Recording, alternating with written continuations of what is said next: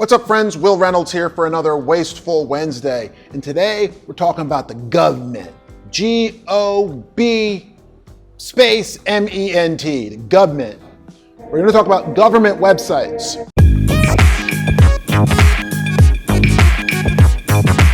One of the reasons why I believe that Seer's been able to save our clients $30+ million in inefficient spend is it's because the constancy of trying to understand the interplay between the paid side and the organic side. Keep in mind, I've been at this for 3.5 years, almost 4 years now, where by combining these things, we're able to find insights that other marketers just may not know are happening around them if they only focus on the paid data that they're given from the platforms. So let me go ahead and show you how the government might be messing with your campaigns.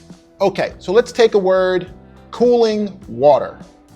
Now, we've got everything from water coolers to $1,000 water tanks to small little bottles that cool your water to music. What? Yeah, surprise. A lot of keywords mean different things to different people in different industries. So if I'm getting ready to click on this and I accidentally, click on that, well, you're paying a lot of money for me to click on something that I'm not remotely interested in. But then also we've got touchless pure water. I think that's probably corporate something. You might want to say you're corporate. If you are, I'm afraid to click on it because I don't want to cost you any money. But then down here, I've got computer water cooling, custom PC water cooling. What? Then I've got a 3-stage water cooler, which I don't know what that is. Heating, cooling hundreds of times, okay. So cooling water, got it. So cooling water seems to be a little bit all over the place, but this is about the government. So let me show you what triggered this for me to find this.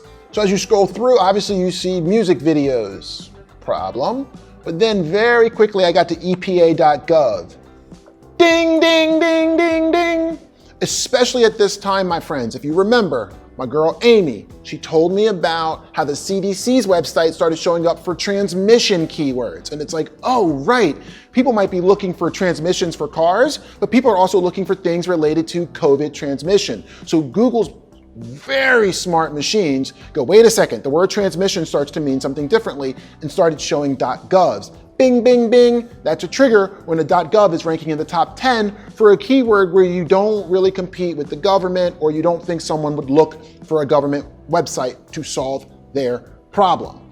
EPA, same thing here. So my point is, take your PPC data, check all your organic data next to it, look at who's showing up, and you can start to find its scale. Some of those types of websites that are showing up that probably could be an indicator to do just a little bit of a deeper dive. Hope that saves you a little bit of cash this Wednesday. I'll be back next Wednesday.